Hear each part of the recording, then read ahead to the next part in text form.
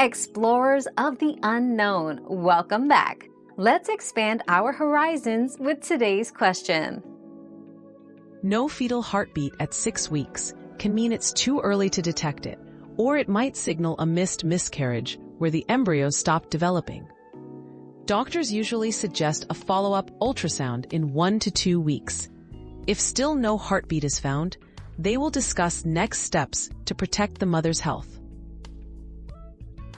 We've quenched today's curiosity, but there's always more to learn. Keep the curiosity alive by subscribing and joining us for our next adventure.